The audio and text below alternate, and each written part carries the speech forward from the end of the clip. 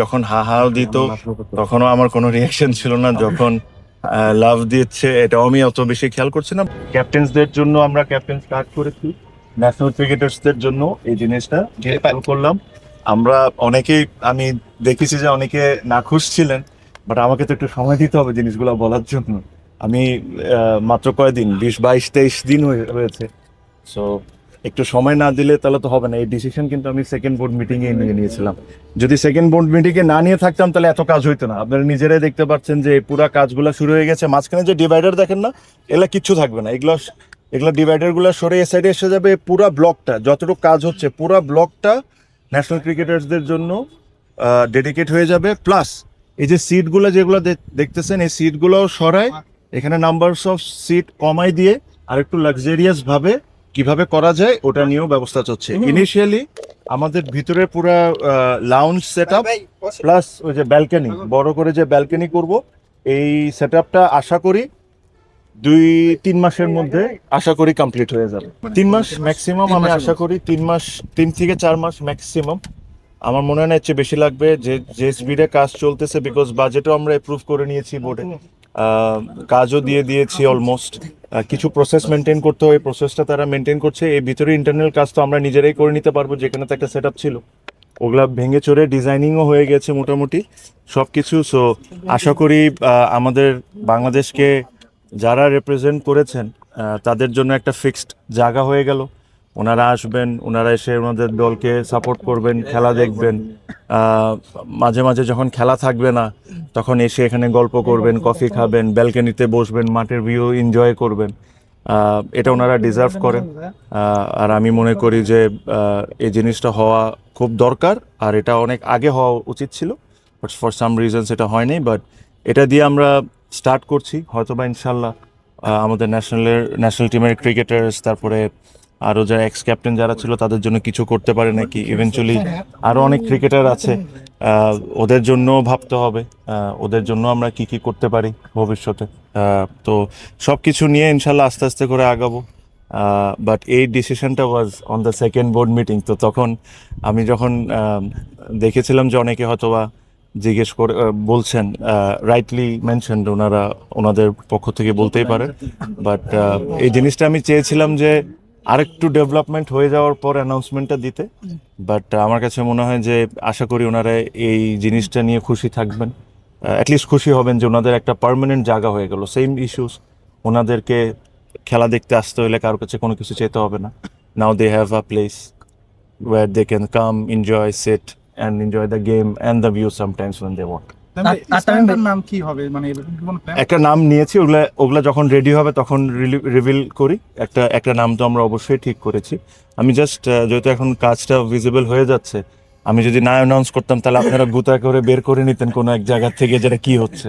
তো এই কারণে আমি আর ফাইম ভাই চিন্তা করলাম যে আজকে এই জিনিসটা আপনাদেরকে একটা আপডেট দিয়ে দিই। সো এটা আই হোপ যারা আমাদের ক্রিকেটাররা আছেন ওনারা এটা লাইক করবেন। আচ্ছা, আপনি বলছেন যে এটা আমাদের হোম, আসলে আক্ষরিক অর্থে ক্রিকেটারদের হোম। দিল্লিতে আমরা যদি দেখি যে বিরাট কোহলি তার মাঠে এখনো খেলতে নামে, তার নামে স্ট্যান্ড থাকে। হবে। তো আমাদের দেশে সবই এটা হবে। কবে যে আমাদের রানিং আমি এটা ক্রিকেটারদের আমার নামে কাছে মনে আপনারা যে হয় 5 জন অবদান রেখেছেন তাদের নামে স্ট্যান্ড বা সব মিলিয়ে জিনিসটা কি, আমি আপনাকে জিনিসটা বলি। আমি এটা খুব চাই, ফাহিম ভাইও আমাকে এই কথাটা বলেছেন, আর এটা আমাদের হওয়া উচিত। But we have to be very careful যে আমরা কাকে কাকে ওই নামগুলা সম্মান দিচ্ছি।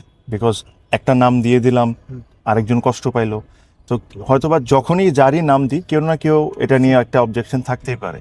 তো এটা নিয়ে আমরা প্ল্যান করছি যে আসলে কোন ফরম্যাটে যাব। হোম টাউনে হোম প্লেয়ারদের নাম দিব, না ন্যাশনাল স্টেডিয়ামে ন্যাশনাল প্লেয়ারদের নাম দিব। আবার কিছু এখানে অর্গানাইজার্স আছেন, তাদের বাংলাদেশ ক্রিকেটে ম্যাসিভ কন্ট্রিবিউশন, তাদেরও নাম থাকা উচিত আমি মনে করি।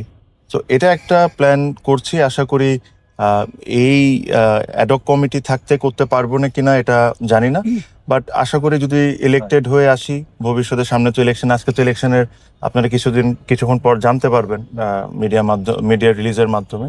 ইলেকশনের প্রক্রিয়াটাও আমরা আজকের দিন থেকে শুরু করে দিয়েছি।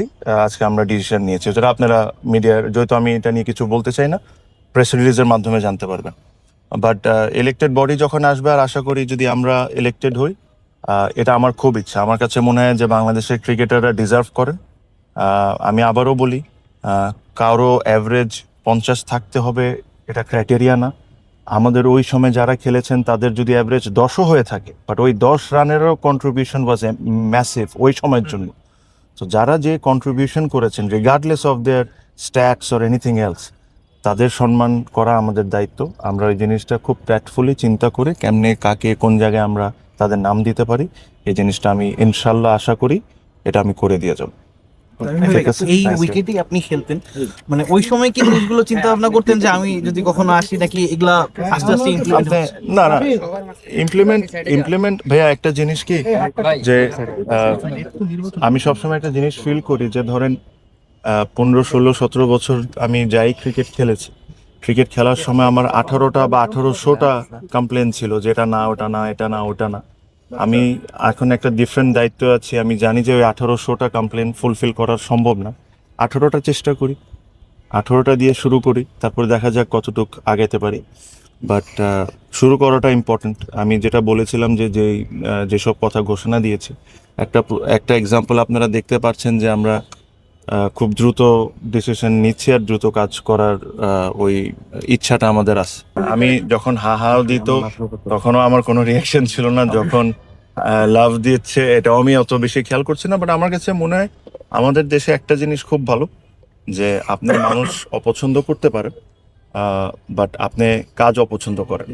আপনি যদি ভালো নিয়তে আগান, আর এটা খালি তো আমার ব্যক্তিগত ব্যাপার না, এখানে ফাহিম ভাই আছেন, আমাদের অন্য বোর্ড ডিরেক্টর আছেন, একই মেন্টালিটির মানুষজনও থাকা খুব ইম্পর্টেন্ট।